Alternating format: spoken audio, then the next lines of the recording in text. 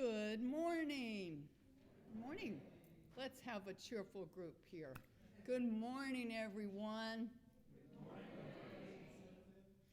Welcome to everyone on this splendid, surprising Juneteenth, Father's Day, Sunday. Could there be more things we have to celebrate and commemorate? Welcome to you. Thank you for choosing to spend this morning with us at the Unitarian Universalist Church of Savannah. We aim to provide an open-minded and open-hearted spiritual community here. We welcome all people wherever you are on life's journey. Our theme for the month of June is celebrating blessings, and we are certainly going to do that this morning. I'm Susan Carlson, the minister of the Unitarian Universalist Church here, and I'm also your worship associate this morning, a role which I really enjoy. It's very different than preaching, but it's really good. Our worship leader this morning is Clint Tawes. Now, many of you know Clint. He is a father, a teacher, and as often as possible, an activist for indigenous rights. He's an aspirant to the Unitarian Universalist Ministry, sponsored by this congregation. He holds a BA in English from the College of Charleston, an MED from Georgia Southern University, and he's currently pursuing an MDiv from Chicago Theological Seminary. We welcome Clint to our pulpit this morning. We also have a special guest singer this morning, Jan Spencer, and I'm going to try to tell you a few things about her, but this person has incredible gifts and skills, and if I leave anything out, it's not because of her, it's because of me. She is a career jazz performer and educator and a member of the Unitarian Universalist Fellowship of Beaufort, one of our sister congregations just right down the way there. She's originally from Detroit and was singing in clubs and concerts all the time there. And she's been in the Low Country for the past 25 years. She's a resident artist, and she brings in other artists from different places to sing and play. And she has also is an art therapist. And currently, she has started her own business of being a fabric art designer, and you can see a bit of that part of her art by the dress that she wears and the blouse that is on the person sitting next to her that hopefully you will meet in a very short while. So welcome to Jan. Welcome. I hope I did that justice. Okay, thank you. So we welcome all of them this morning. We have cards in our pews. Oh, is this not exciting? Those of you who hear this every week probably could do away with it, but for people who are relatively new to the congregation, we go through this so that you are well informed. We have a yellow card here. This is for visitors to fill out, and it helps you to let us know who you are and if you want to get the newsletter and keep up to date on information happening, things going on at this church. And if you fill this in, then please place it in the offering plate when the offering plate goes around. This lovely blue card here is for Sunday school visitors. It's a temporary registration form for your child or youth for Sunday school, which we do have a Sunday school program. It's a gorgeous program that has been created by our wonderful Director of Religious Education, who's sitting in the back with her blessed son there. And so just fill this out and you can register your child or your grandchild. Yes, very wonderful.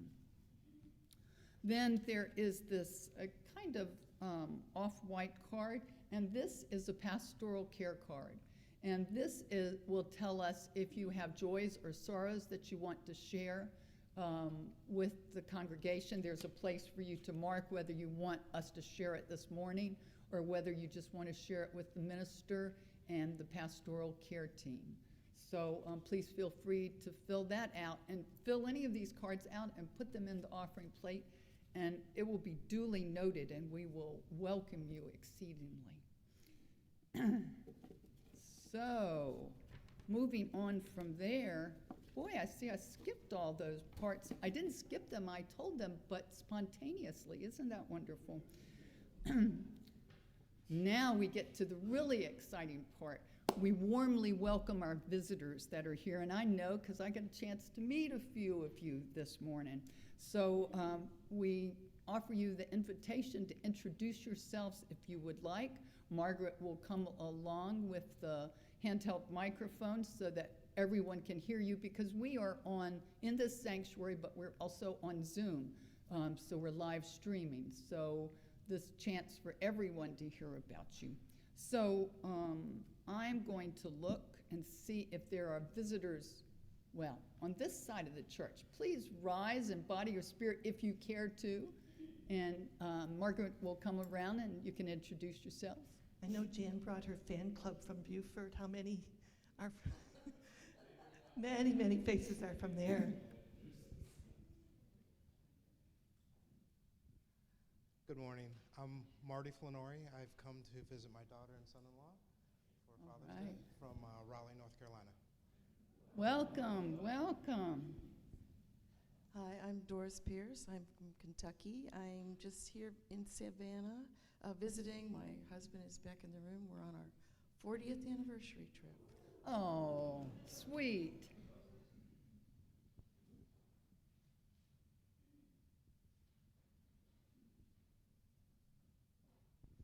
I'm Catherine Brown, and I'm here from Beaufort to hear Jan sing. All right.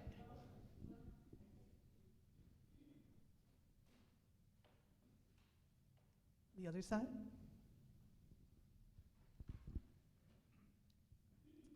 Hello, my name's Armando. I'm here again for the first time in many years. I actually grew up in this church in the 90s, and first time coming back now that I have a family of my own.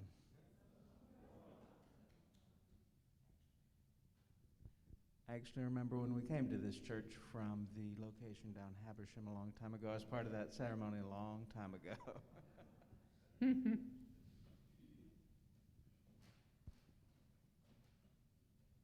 Jennifer Fontaine, and we're visiting Savannah with my daughter Chloe, and just came in to spend the morning with you.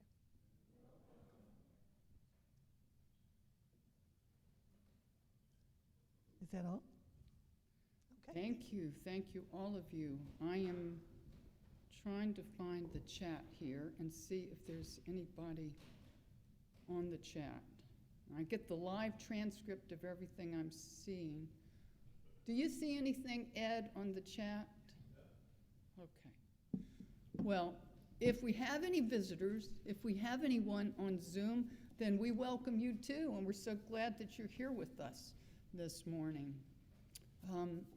We're pleased all of you have joined us this morning. If you'd like to stay in touch with us and receive our weekly email newsletter, please fill out the yellow card that I already explained in the pew back and place it in the offering plate. And if you're a visitor on Zoom, then please contact our administrator, who is Angel Jones, admin, ADMIN, at uusavannah.org, so that we can stay in touch with you. We're so glad that we're here this morning, all of us together. Now, we draw your attention to the newsletter, which is up to date with all the latest events and programs, but I'm just going to make one announcement that I was requested. It didn't make it into the newsletter, but it's really an important one, so I'm going to tell you about this. The members of the UU Church of Savannah Green Team are encouraging fellow church members to contact all the Public Service Commission members. They all represent the whole state, not just our area, but the whole state, by July 25th, and ask that they mandate that Georgia Power amend its Integrated Resource Plan.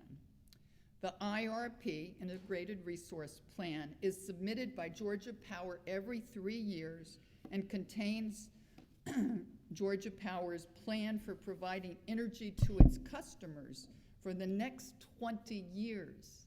That's a long time, and that's a lot of power for them. So at a time when the world needs to decarbonize as quickly as possible to reach zero net emissions by 2050, Georgia Power is falling short, and in fact, even actively working to hamper efforts to transition the state to clean, safe, renewable energy. Please see the post by the Green Team on the UU members' Facebook for details and Public Service Commission contact information. Every single voice counts. So let us know on Facebook when you sent your comments to the PSC, and thanks so much for your action. That's sent to us by Kevin Ione, who's the chair of the Green Team. And then I have a bittersweet announcement, and that is that next Sunday is Hannah Ringer and my last worship service. Hannah and I are sharing the Story for All Ages next week, and there will be a number of musicians, including J.J. Collins and Rebecca Flaherty, doing a duet, and the new music director for this church will be playing the piano. We will commission the new board members, and we hope you'll join us for this celebratory Sunday. So now we invite you to enter into the spirit of worship with the lighting of our chalice and our peace candle. And so I'd invite Don Rolfus up to light our chalice.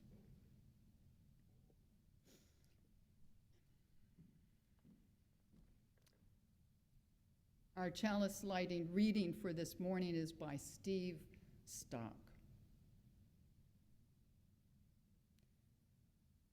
We light this chalice to celebrate the inherent worth and dignity of every person,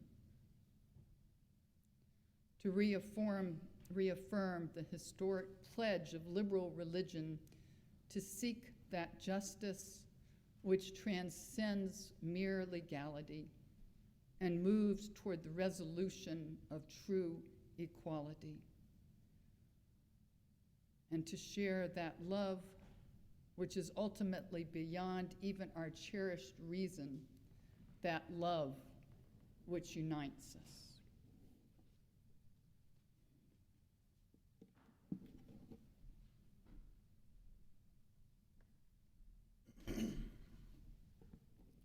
Good morning.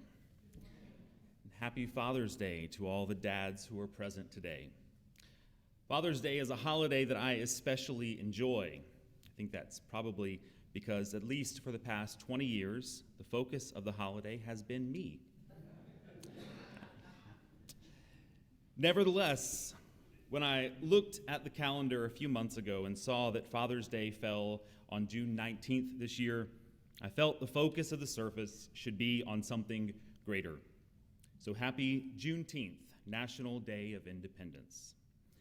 I'm glad to have two of my three daughters here for this Juneteenth service. They've been in church with me a few times this year.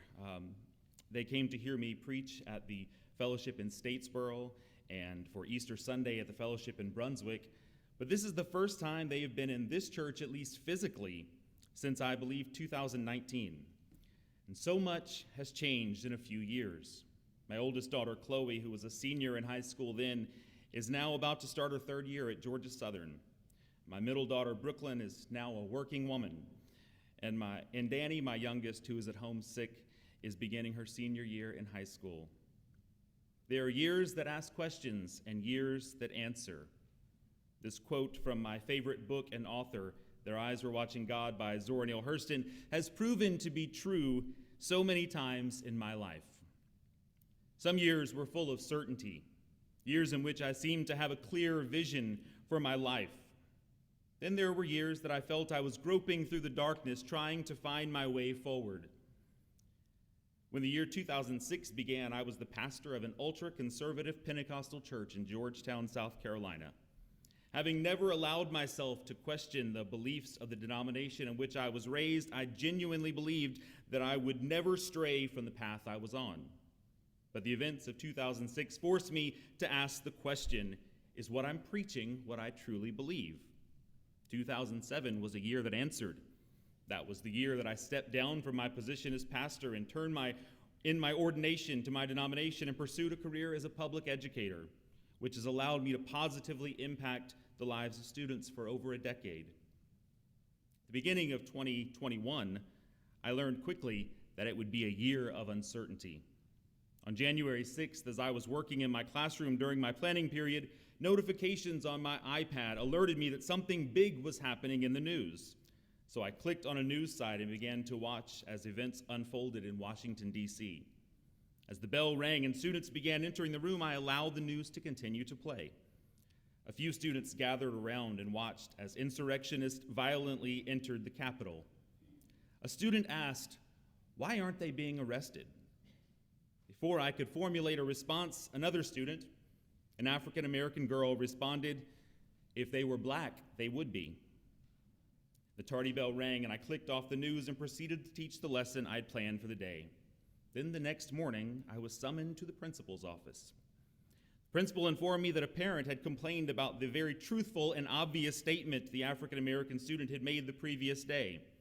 She advised me that I should have redirected the student for making a speculative and offensive statement. She then directed me to avoid discussions of current events in class. Controversial topics such as Black Lives Matter, she said, have no place at our school. As I returned to my classroom and replayed the conversation over and over in my mind, I realized I could no longer continue teaching there. The school was not afraid of controversy. The school's mascot is the Confederate rebel. A Confederate flag is displayed prominently on the sign at the front of the school. This has been a source of controversy for decades. They were not attempting to silence controversial topics. They were attempting to silence the voices of black and brown students, and they were demanding that I be complicit. And so that evening, I wrote my resignation letter and submitted it the following day, effective at the end of the school year. For the next several months, it was apparent that this was a year that asked questions. As the summer drew nearer, I became more and more concerned about where I would be working the next year. And then when I did secure a job, I wondered if I could adjust to teaching middle school. Most of all, I questioned how my students and colleagues would perceive my leaving the school. And so on the last day of school, as soon as I arrived at home that afternoon, I made the decision to publicly post my resignation letter for my students and colleagues to understand my decision. I did not expect it to be shared 6,000 times, or for it to attract the attention of news media. And as I read the hundreds of comments on Facebook and Twitter, some of which seethed with vitriol, but most of which expressed support, I learned something quite valuable. There are years that ask questions and years that answer. There are also years that do both. Both the positive and the negative responses to my resignation letter were confirmation of a question I had pondered for years. I left the ministry years ago due to a realization of what I did not believe. Now I was being called upon to return to the ministry because of what I do believe. I believe in justice and equality. I believe that the voices of people like that student in my class who spoke boldly and truthfully are perceived as a threat because they have the power to dismantle oppression. And that is why those voices cannot be silenced. That year that had asked so many questions now gave an answer, that as an Indigenous person and an ally to other marginalized community, my voice cannot be silenced. On this Juneteenth National Day of Independence, I call upon us to consider how we can use our voice to be an ally and how we can help to lift up the voices of those who are silenced. Come, let us worship together.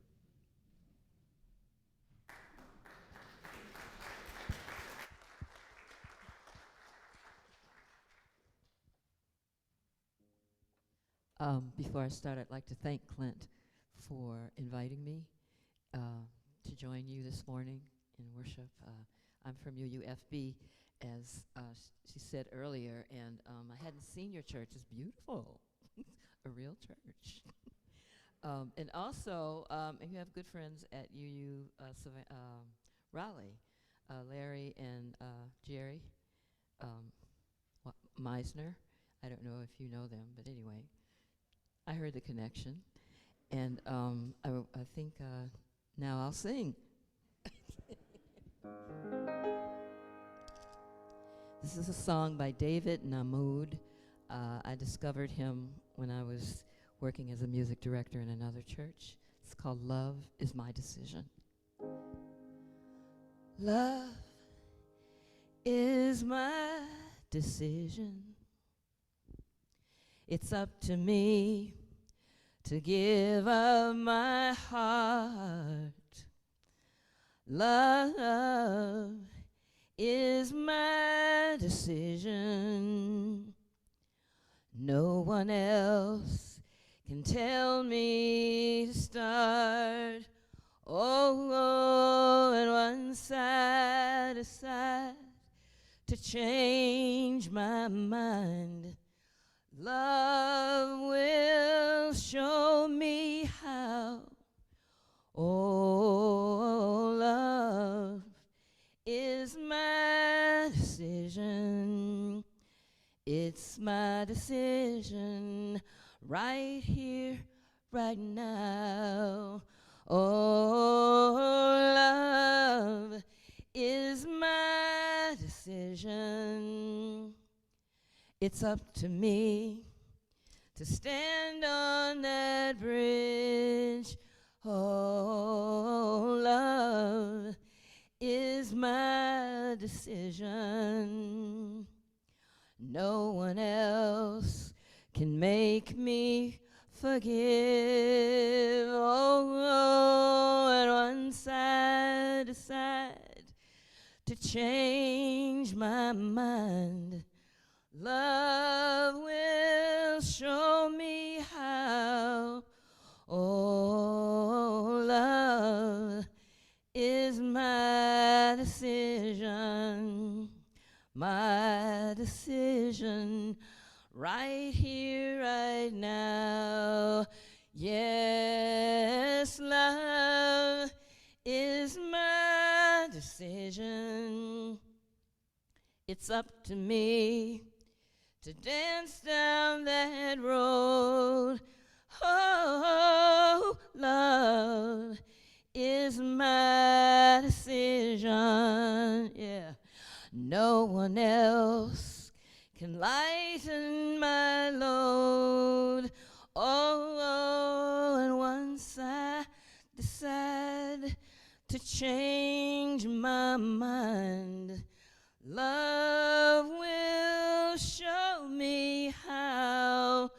Oh, love is my decision. My decision right here, right now. My decision right here, right now.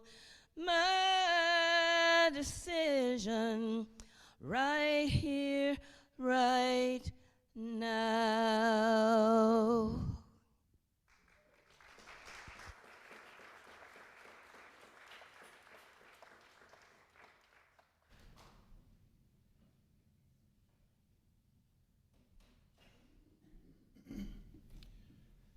I don't see any small children other than August in the back here, but that's why they call it a story for all ages.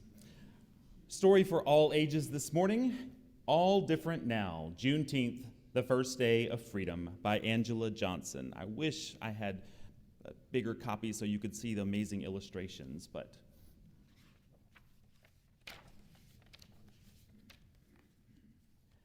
a June morning breeze off the port blew the smell of honeysuckle past the fields, across the yard, and into our room to wake us. And nobody knew as we ate a little, talked a little, and headed to the fields as the sun was rising that soon it would all be different. Then we worked and worked and worked some more under the hot Texas sun. Until word spread from the port to town, throughout the countryside, and into the fields, that a Union general had read from a balcony that we were all now and forever free, and things would be all different now. I watched as my Aunt Laura sang as she held her baby. Mr. Jake, who some say was 100, cried quietly, and a group of grown people bowed their heads and whispered things to each other I could not hear.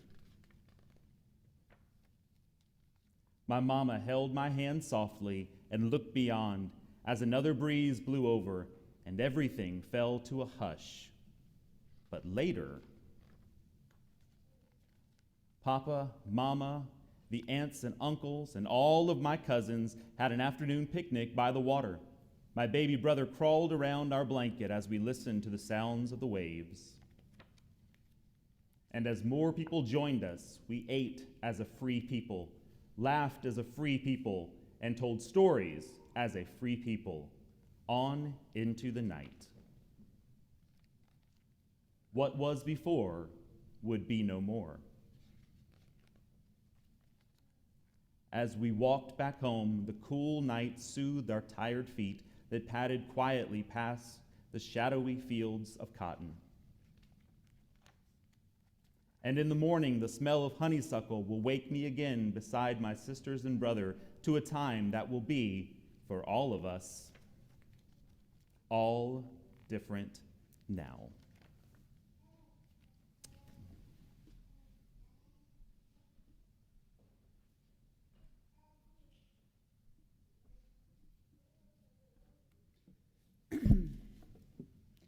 We support and acknowledge the core values we hold dear, like compassion, justice, and equity. Supporting the ministries of this church is one of the ways that we live out these values. And if you are worshiping with us from home, we want to invite you to take a moment to go to our website, www.uusavannah.org, and click the donate button. Mailed checks are always welcome, but today is a little different Sunday.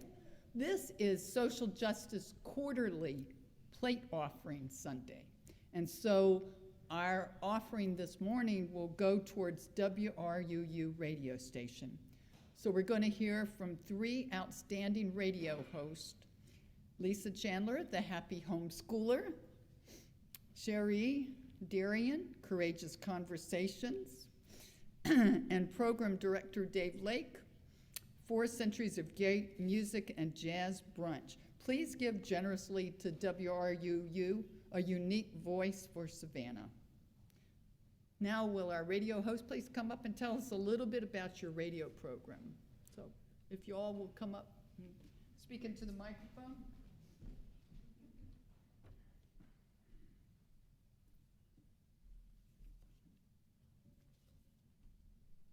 Well, I want to thank the Social Justice Committee for nominating us for this offering, and to share with you some of the things that we do at WRUU. I've had the blessing, and so I've had the blessing of being studio manager for the last little over 6 years, and served in that role. And one of the greatest blessings is to work with the hosts at WRUU. We're all volunteers at WRUU, including the studio manager role. And so all the money that is given and all the money that we raise goes directly to the equipment that we use at the station, and not to reimbursing extravagantly the hosts and the studio manager. My shows include talk/music shows such as Contemporary Classics, Tuesday nights at 8 o'clock. Wednesday nights at 9 o'clock is Savannah Musical Local and Sustainable with local musicians, and Evening Eclectic on Sunday night, which is also a talk at 8 o'clock, and music show focusing on local musicians as well as international musicians. But one thing I want to push is one of the ones that was mentioned, is that 4 Centuries of Great Music, which is on Sundays from 3 to 5, so you can go home this afternoon and listen to it, 3 to 5. But it's also going to now be on an encore, will occur on Saturdays from 3 to 5, the same show, because it's to replace the Metropolitan Opera, which just ended. So those are some of the shows that I have at WRU, but as I mentioned, we have many very fine hosts, and we have 2 of them here today. Cherie Darian, who hosts Courageous Conversations, which really is, week after week, brings great messages of hope and inspiration. And then we have Lisa Chandler of the Happy Homeschooler Show, and the title gives it away. But the fact that that show has been a critical show over the last 2 years because of the fact that when schools closed, parents didn't know what to do, but that was a resource that parents could go to and learn more about working with their children at home. And so let me just turn it over to Cherie. Oh. Thank you, Dave. Good morning. Good morning. I don't know where to begin, quite honestly, other than something you said about banker's hours. I'm a banker, not a radio host, but I think I was called to this, and it is my sandbox. It's where I get to play. First of all, let me just bow in this great man's presence. He has been absolutely amazing. Thank you so much, Dave, for all you do for WRUU. Your voice is absolutely amazing, and it reminded me of how I got started in this profession, if you will, my sandbox. I actually still claim to be a great friend of now the late Reverend Senator Clemente Pinckney, who you all may remember who got killed in Mother Emanuel in Charleston many years ago. Very, very good friends. He appointed me as commissioner on the Technical College of the Low Country, where I'm very, very proud to still serve. I am a Low Country girl. And when he was killed, I found myself in his office in Columbia consumed with tears. And I just felt in my heart that I needed to run for his unexpired term. And so I campaigned for Senate. When I did that, you know, there was a lot of media attention around the death of the Charleston Nine. And so newspapers, radio, so forth and so on, I was thrust into the spotlight just from a campaign trying to do something from my heart. I am not a politician. And before I knew it, I didn't win, but I had cultivated a love for broadcasting. And so I ended up in front of a television station, a camera, and Courageous Conversation was birthed.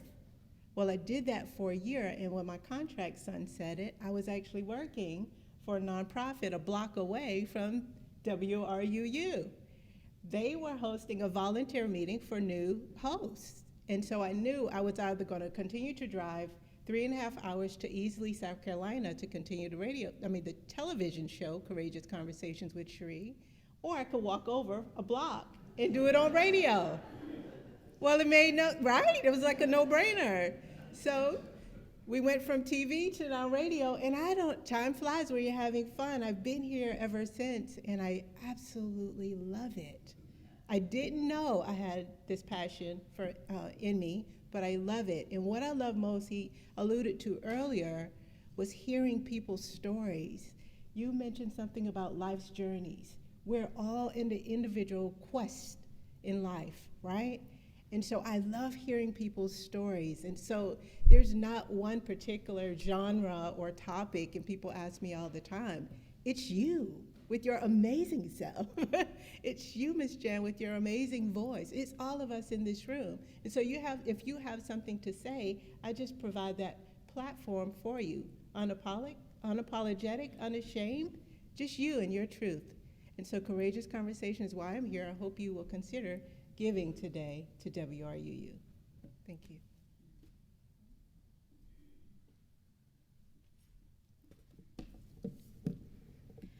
Grand Rising, everyone. So I am Mrs. Lisa Chandler. I am actually a program manager for A New Way of Georgia, whose mission is to help prepare our children to take our place with knowledge, understanding, and wisdom. But one of the things that is really our driving force is to help families find their freedom and healing through homeschooling. And a lot of people are confused between the difference with public schooling in their home and homeschooling. And so I am so grateful for WRUU and for Dave who has given me the platform to be able to share what real homeschooling is all about. Now, probably about 200 years ago, everybody was a homeschooler. Like literally, our nation was founded by homeschoolers. And so, despite a turn of events, now we're kind of trying to remember how to live with our children again, how to apprentice them, how to teach them everything we know. And that's pretty much what we do on the show. I've been a host with WRUU since April of 2020, which was kismet because it was right before all heaven broke loose. And so the show is basically about exploring Savannah's homeschool lifestyle. And believe it or not, we have thousands of amazing homeschooling families in Savannah.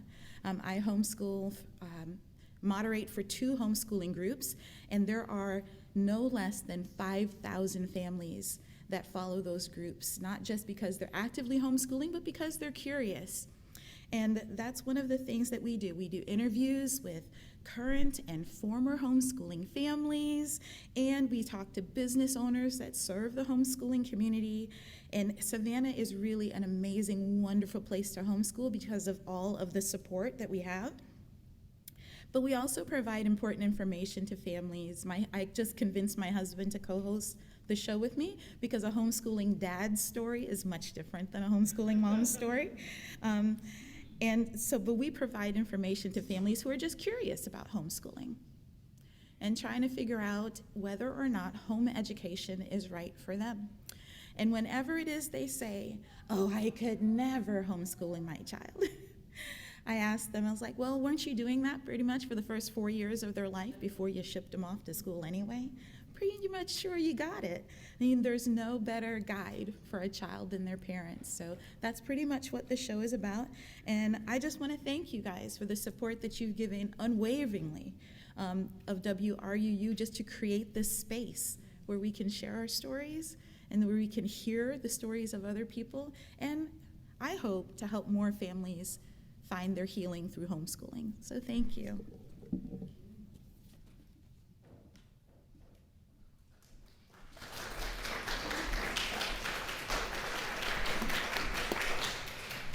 The offering will now be gratefully received.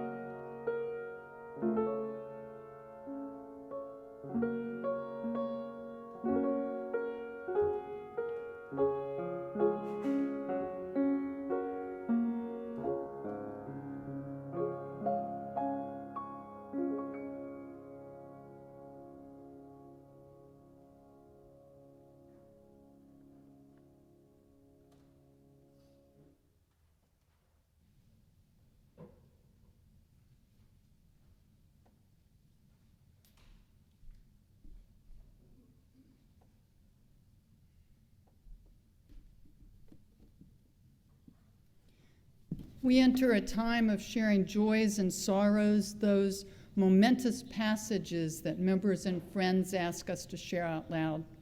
We take this time to hear the concerns of those who grieve, are ill, lonely, or celebrating a rite of passage or some special joy. For those of you who are joining from home on Zoom, then please feel free to add any joys or sorrows in the chats.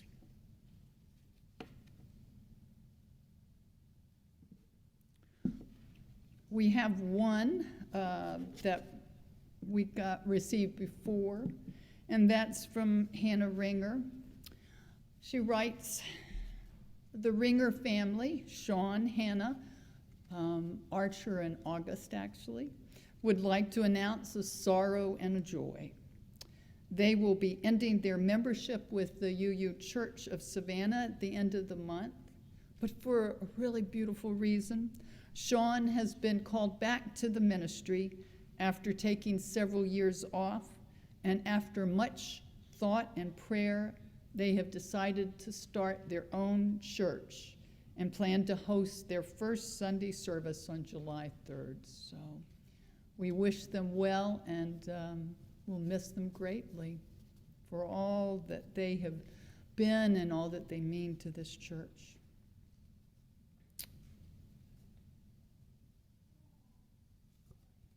Trying to see. Okay. I don't see any kinds of things in the chat about joys or sorrows. So let's see.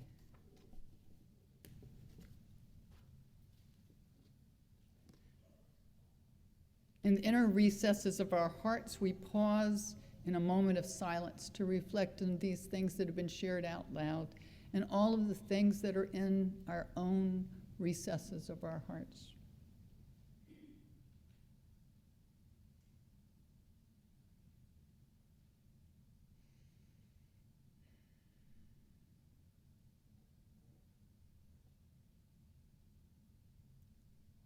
To close the sharing of joys and sorrows, please join me in the responsive reading in your order of service. For all those who grieve, for all those who are injured or sick, for all those who struggle, and for all those who celebrate. Amen.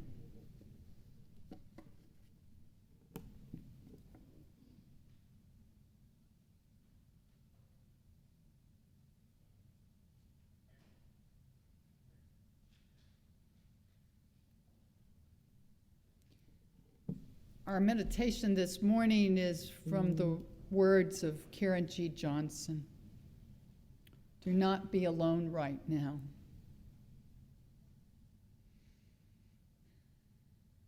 Do not be alone right now. Gather together. Gathering together grows courage in ourselves and in others who see the numbers swelling.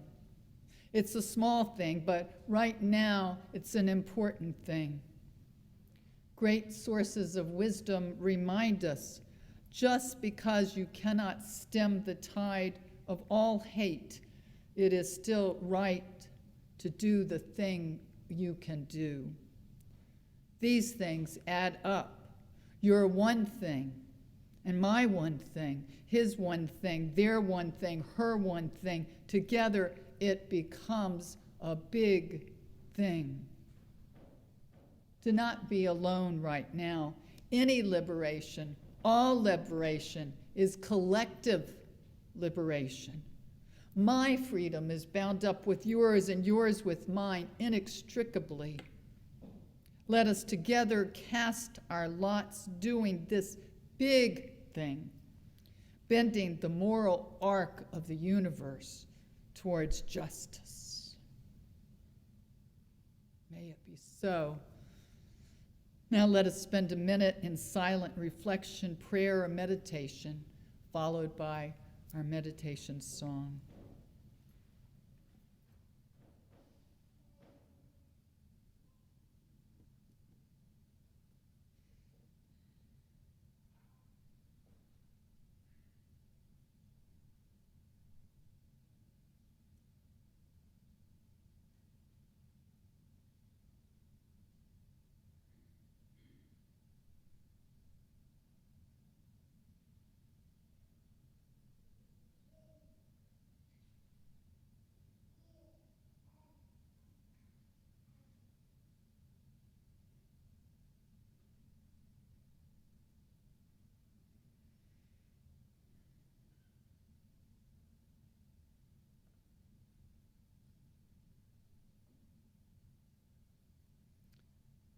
May the silence we have shared continue to hold and to heal us. Blessed be. Amen.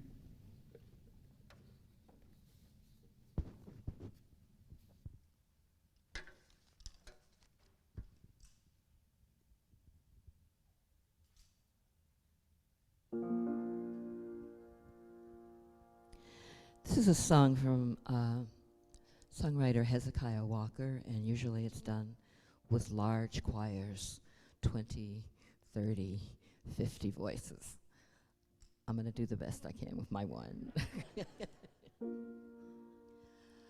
I need you, you need me. We're all a part of one body. Stand with me. Agree with me, we're all a part of one body. It's divine will that every need be supplied. You are important to me, I need you to survive. You are important to me, I need you to survive. I pray for you, you pray for me. I love you, I need you to survive. I won't harm you with the words from my mouth. I love you, I need you to survive. It's divine will that every need be supplied.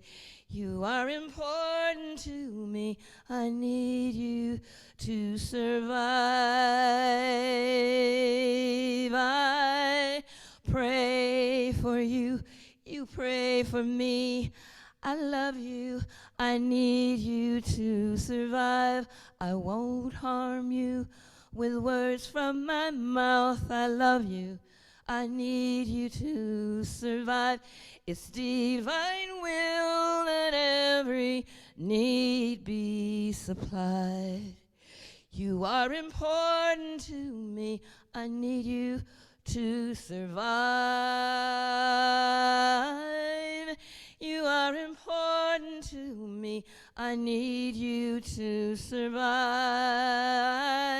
I need you, I need you, I need you to survive.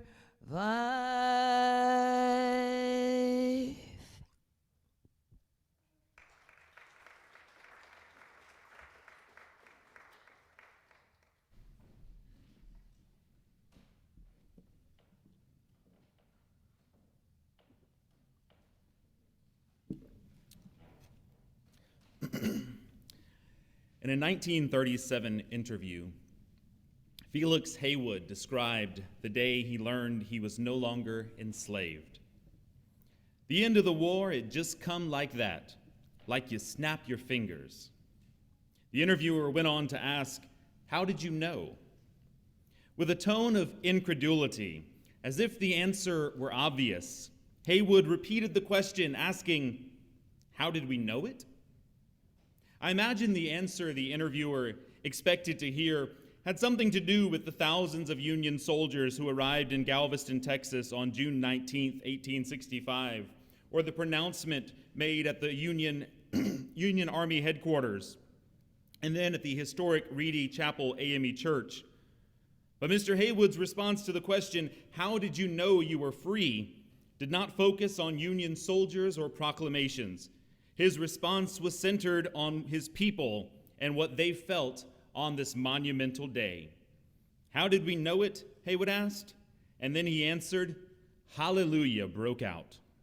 Mr. Haywood went on to say, "We was all walking on golden clouds. Hallelujah. Everybody went wild. We all felt like heroes, and nobody had made us that way but ourselves. We was free. Just like that, we was free." I will not pretend to understand the joy Felix Haywood so brilliantly described, or what it must have felt like to have been enslaved and just like that, to be free. In an interview with another formerly enslaved person, Fannie Berry described the catharsis experienced by those who had just learned of their emancipation. And when they knew they were free, they, oh baby, began to sing. Miss Berry then broke into song during the interview, and when she finished singing, went on to tell the interviewer, "Such rejoicing and shouting you never heard in your life." I believe Miss Berry's words would be just as true to this audience today as they were to her interviewer in 1937. We have never experienced nor have we witnessed rejoicing that even begins to compare with the jubilation that took place as enslaved people throughout the nation learned that the end had finally come to the barbaric institution of chattel slavery in this country. As Felix Haywood said, "Hallelujah" broke out that day, and it continued for 7 days. Then 1 year later, the celebration began again with the first observance to recognize freedom from slavery in the United States. For the past 156 years, the tradition has continued each June 19th. It has been called Jubilee Day, Freedom Day, Emancipation Day, Black Independence Day, and now Juneteenth, National Independence Day.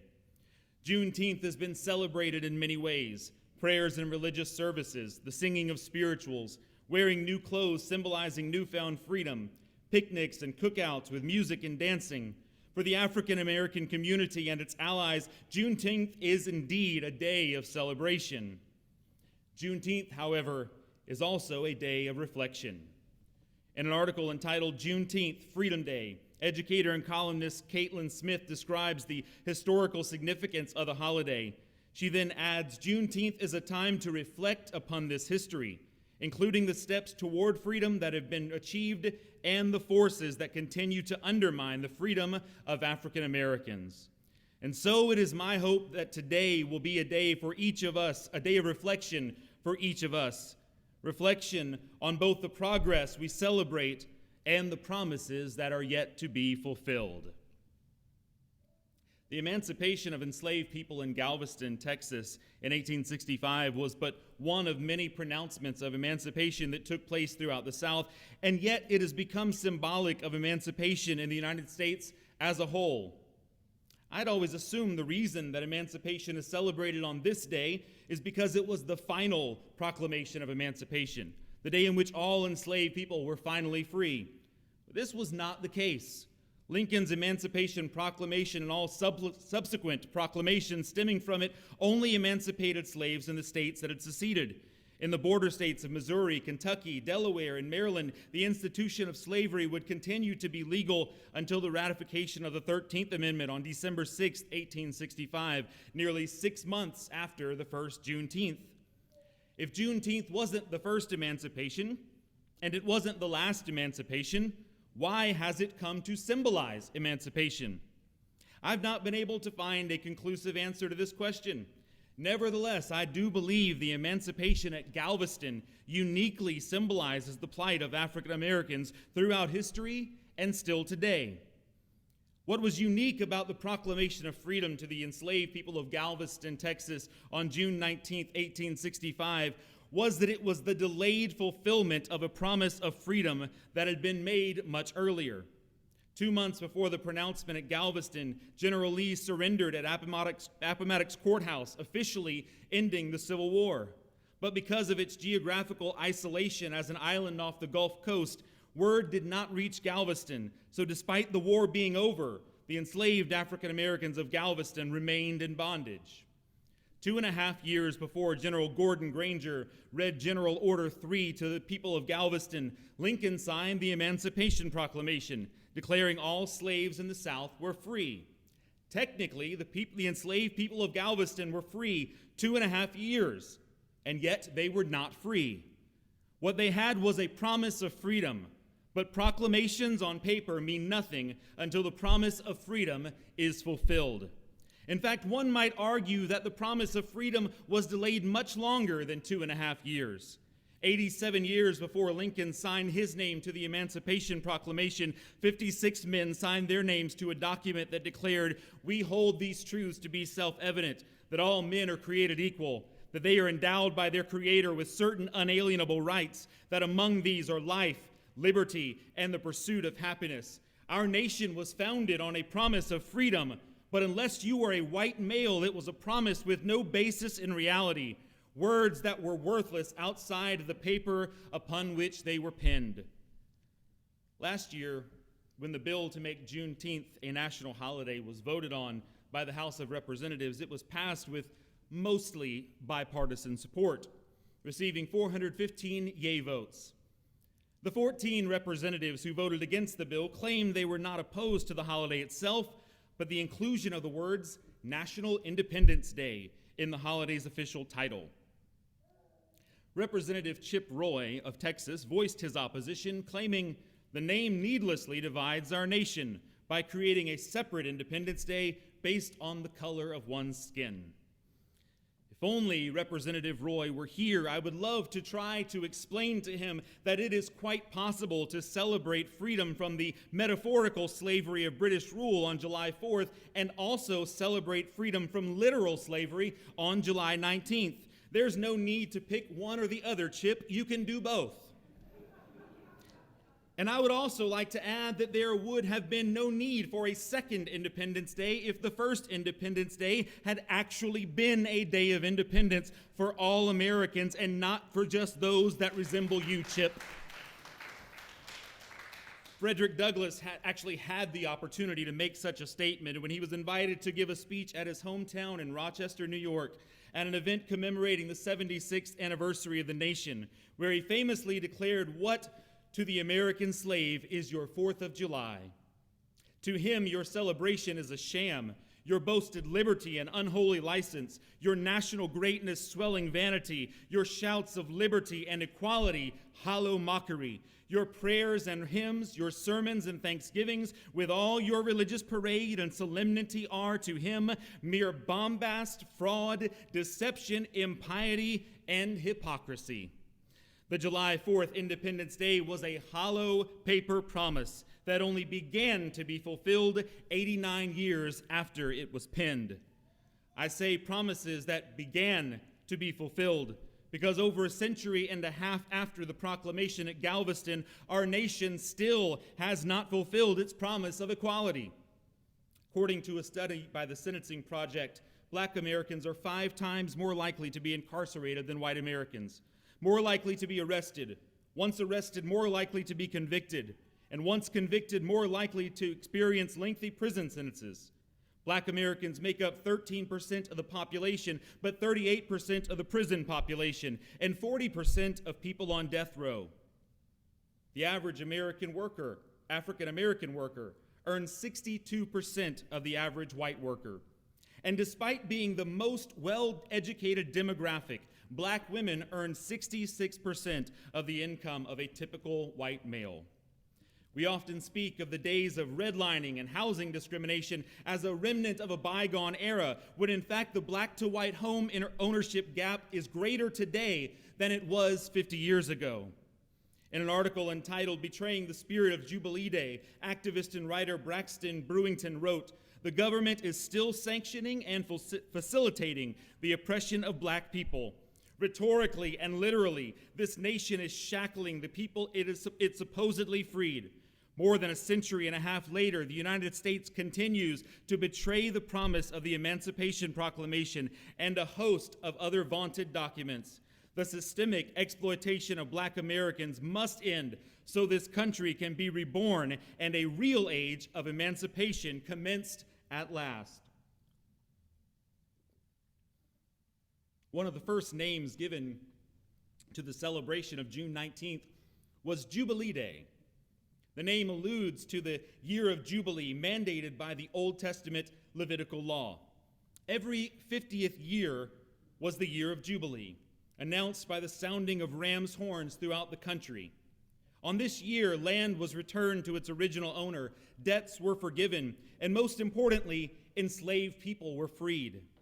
The book of Leviticus reads, "Set apart the 50th year as holy and proclaim liberty to everyone living in the land. This is your Jubilee year. Every slave will be freed in order to return to his property and to his family." The year of Jubilee was a time of celebration, a joyous occasion, especially to those who were set free. As a young biblical literalist, the thing I could never quite understand about this practice is that by setting all slaves free on the year of Jubilee, the ancient Hebrew people were tacitly admitting that slavery was wrong. If the idea is to do justice on the year of Jubilee, and that includes setting slaves free, slavery must therefore be unjust. And yet the institution of slavery continued. During the year of Jubilee, slaves were set free, but the next year an Israelite could be enslaved to pay off debt. Even worse, foreigners taken captive were made to serve as chattel slaves for the rest of their lives, or until the 50th year. The year of Jubilee was a celebration of freedom. It was progress in a sense, but it did not fix the systemic problems that made it necessary in the first place. And so it is a fitting metaphor for our nation's treatment of African Americans throughout history. Every now and then we do make some progress and take some steps toward equality, but we refuse to address the root of the problem. On this day of Jubilee, we celebrate an end to the racist institution of slavery, but the racism upon which the institution was built remains. Let us recognize today that the effects of slavery and racism continue to live in our institutions. In his final speech, Dr. King referenced America's broken promises when he said, "All we say to America is be true to what you said on paper." If I lived in China or even Russia or any totalitarian country, maybe I could understand the denial of certain basic First Amendment privileges because they hadn't committed themselves to that over there. But somewhere I read of the freedom of assembly. Somewhere I read of the freedom of speech. Somewhere I read of the freedom of the press. Somewhere I read that the greatness of America is the right to protest for right. Then he closed his sermon with an allusion to a Bible story from the book of Exodus. For those who aren't familiar, Moses leads the Israelites out of Egypt. And then under his leadership, they wander in the wilderness for 40 years. At the end of his life, God tells Moses that he will not be the one to lead his people into the promised land, but he does allow Moses to see it, to go up to the mountain and get a glimpse of the land. In the final words of Dr. King's final speech, he declared, "We've got some difficult days ahead, but it doesn't matter with me now, because I've been to the mountaintop and I don't mind. Like anybody, I would like to live a long life. Longevity has its place, but I'm not concerned about that now. I just want to do God's will, and he's allowed me to go up to the mountain, and I've looked over, and I've seen the promised land. I may not get there with you, but I want you to know tonight that we as a people will get to the promised land. And I'm happy tonight. I'm not worried about anything. I'm not fearing any man. Mine eyes have seen the glory of the coming of the Lord." When Dr. King stood on the metaphorical mountaintop and looked into the promised land, I don't know how far into the future he was looking. But when I think of the lingering inequality and injustice that exists in our nation, I've got to say we aren't there yet.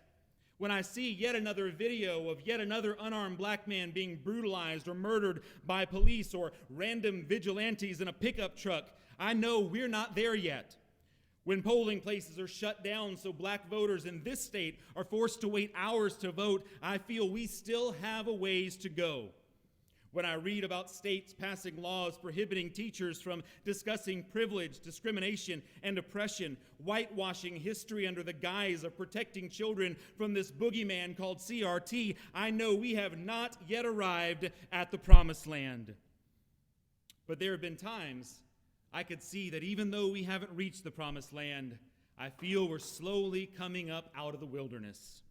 When we elected our first black president in 2008 and re-elected him in 2012, I felt encouraged that we were heading in the right direction. Whenever I see monuments to white supremacy coming down all around the country, moments like Bree Newsom's climbing the flagpole at the State House in Columbia, South Carolina, and pulling down the Confederate flag, I'm encouraged that we're on the right path. When I see students like Isaiah Job Wynn, a student in my American literature class, my final year at Effingham County High School, who stood with me in calling out the racism inherent within the culture of the school system, showing far more courage than me. When I stood up, I didn't have to return, but Isaiah went on the local news and spoke truth to power, knowing he would have to walk the halls of that school for his senior year of high school. We may not have reached the promised land yet, but young men like Isaiah encourage me that the promised land lies ahead. I would like to be alive when we reach the place Dr. King said that we will get to, but I may not. If I don't get to see, and if I don't get to live to enter into the promised land Dr. King spoke of, then it is my prayer and my intent to do everything in my power to move us in that direction. Amen, and may it be so.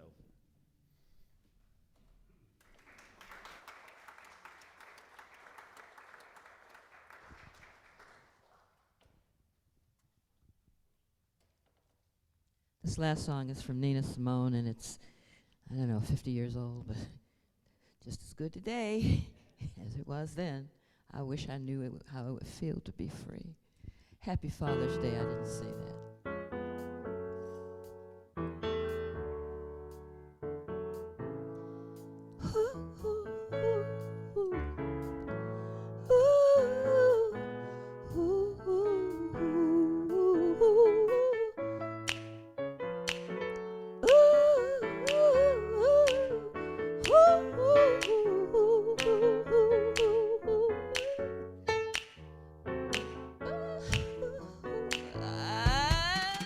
I wish I knew how it would feel to be free. I wish I could break all the chains holding me. I wish I could say all the things I should say. Say 'em loud, say 'em clear for the whole wide world to see. I wish I could share all the love that's in my heart. Remove all the bars that keep us apart.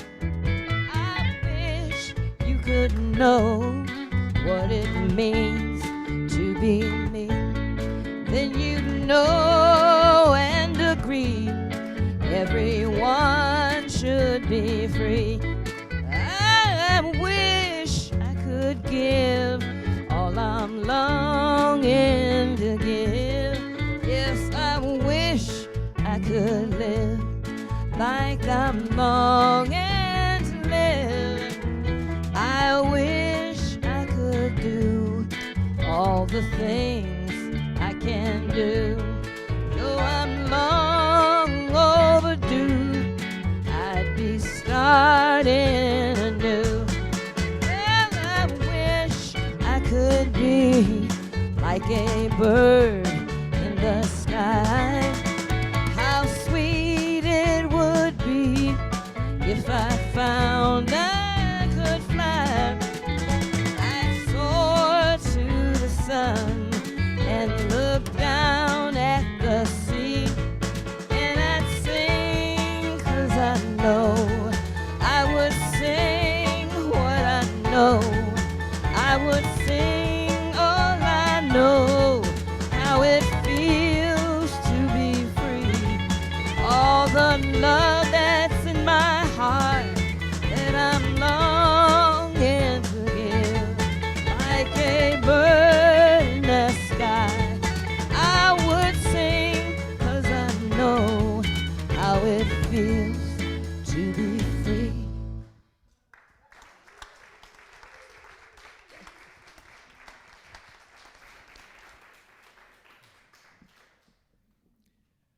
Go now in peace, but not in silence. With justice as our guide, may we journey toward the promised land.